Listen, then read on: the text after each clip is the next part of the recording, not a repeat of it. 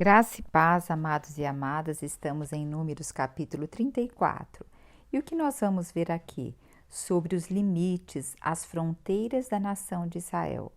E também vamos ver sobre os líderes que vão ficar nessa partilha de Canaã. Então, o que nós temos aqui? Moisés está recebendo orientação do Senhor como que deve ser as fronteiras da terra de Canaã. Lembra? Eles estão prestes a entrar em Canaã e agora o Senhor está delimitando qual espaço que é Canaã. Então aqui nós vamos ver desde o primeiro versículo o Senhor falando, dando instruções sobre as fronteiras. Então veja só no versículo 2: dá as seguintes ordens aos filhos de Israel. Então, dá as seguintes ordens aos filhos de Israel. Quando entrardes na terra de Canaã, esta será a terra que vos caberá em herança, em herança. Olha, o Senhor está dando uma herança para eles. E as suas fronteiras serão estas. Então, aqui, depois do versículo 3, ele vai falar sobre as fronteiras que haverão sobre a parte do leste, oeste, norte e sul. Nós vemos aqui os limites que essa terra teria ali. E a distribuição seria o quê? Para 9,5 tribos. Aí você pode perguntar, mas não são 12 tribos? Sim, são 12 tribos. Mas você lembra que a tribo de Ruben e a tribo de Gaden solicitaram antes de atravessar o Jordão para ficar ali daquele lado? Então eles ficaram antes de entrar na terra de Canaã, eles receberam as suas terras. E também ficou o quê? Meia tribo de Manassés também ficou desse lado.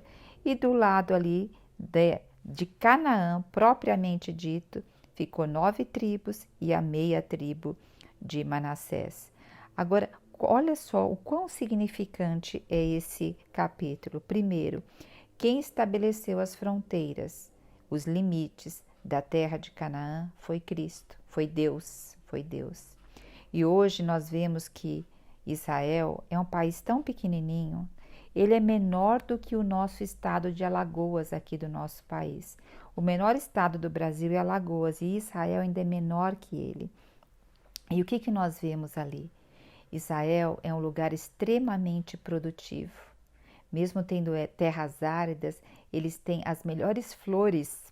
Ele é o exportador das melhores flores, é exportador de tecnologia, a parte da ciência então é avançadíssima e ele é rodeado por inimigos e seus inimigos não conseguem vencer. Então nós vemos aqui que não é o tamanho que é importante, mas é a bênção de Deus estabelecida sobre o local. Então lembre-se, não importa se você tem muito, se você tem pouco, mas se ali, naquele pouco, você começar a declarar que ali tem o poder e a presença de Deus, então a bênção do Senhor ultrapassará todo o limite físico, porque a bênção do Senhor, ela não está no limite, ela está no fluir. Então, vamos realmente começar a demarcar a nossa vida com a bênção do Senhor. E aproveitando, eu queria também entrar um pouco no detalhe sobre fronteiras e sobre limites. Nós, seres humanos, nós não gostamos de fronteiras nem de limites, não é verdade? Nós gostamos de liberdade, não gostamos de nenhum impedimento para fazer as coisas. E desde que o Senhor criou o homem, o Senhor colocou ele no jardim do Éden. E lá no jardim ele tinha acesso a todas as árvores, mas o Senhor colocou limite em somente uma árvore. Todas eram árvores boas, inclusive também a árvore que o Senhor colocou limite. Mas ali o Senhor estava o quê? Colocando um limite, uma disciplina para ser cumprida. E o que nós vemos ali? O homem, ele o quê? Não aceitou o limite que o Senhor colocou, não aceitou a fronteira que o Senhor colocou e assim ultrapassou esse limite. O Senhor, depois, o que ele fez? Ele vestiu o homem, ele teve que matar um animal, vestir o homem, já prefigurando Cristo sendo morto. E ele o que? Não, o homem não morreu ali. O Senhor expulsou o homem do jardim. Então lembre-se, toda vez que se quebra um limite, uma fronteira, existe também uma disciplina. O nosso Deus é um Deus de amor, mas Ele é um Deus que Ele permite o que a gente planta, a gente colher. E depois nós temos realmente que clamar pela misericórdia dEle, e Ele é misericordioso. Graças ao Senhor que nós estamos na era da graça. Mas voltando novamente para falar sobre limites e sobre nós querermos sempre ter liberdade. Veja só, Deus conhece a nossa natureza e por isso que Ele coloca limites para viver. E se você avaliar bem, todos os papéis que você executa hoje na Terra, se você é casada, casado, você tem limites dentro do casamento. Se você é mãe, pai, você tem limites como mãe e pai. Se você é um profissional, você tem limites dentro da sua profissão.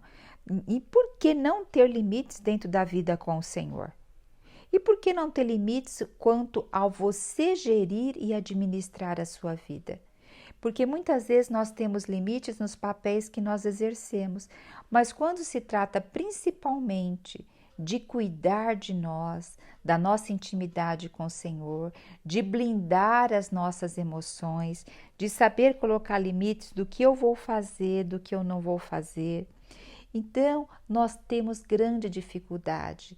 Por quê? Porque na realidade nós não nos conhecemos profundamente para também ver quais os limites que nós estamos ultrapassando e estamos ferindo a nós e ao nosso Senhor e até a sociedade. Então hoje nós vivemos uma geração onde a obesidade, muitas compulsões, dentro dessas compulsões os tóxicos, né? E nós temos também muitas doenças físicas, emocionais e mentais. Tudo isso, a grande maioria de tudo isso advém o quê? De falta de disciplina pessoal, de falta de colocar limites.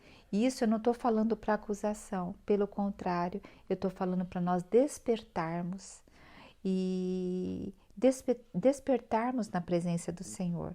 Olha aqui o Senhor colocando limite para Israel. E se a gente for ver, Israel era um lugar pequeno, mas havia a bênção do Senhor, sabe?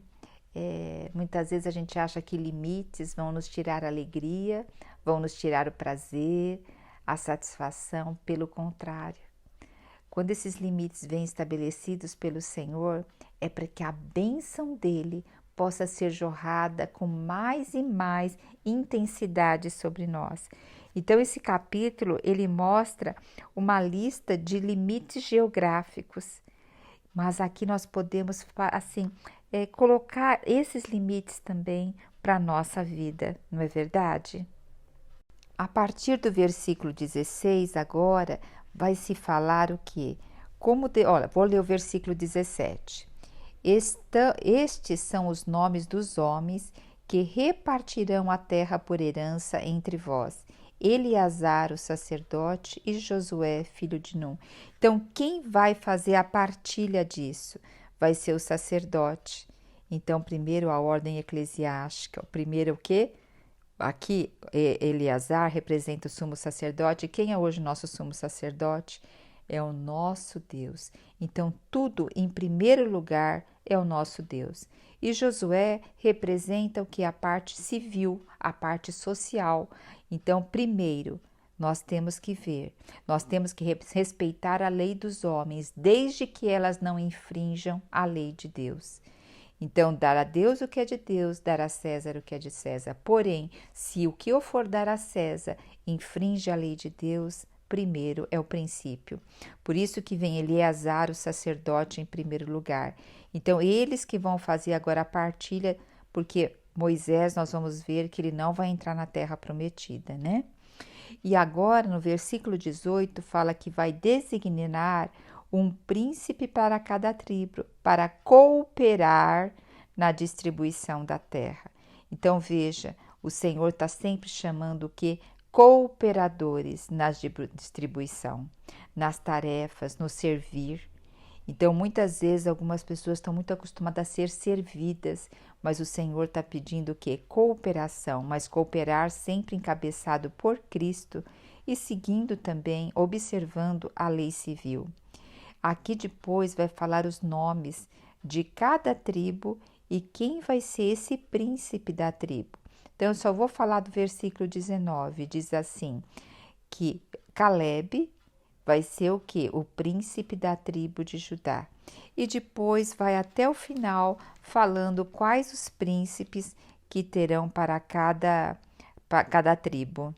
Hoje nós sabemos que nós estamos no deserto e um dia o Senhor vai nos introduzir também na terra de Canaã.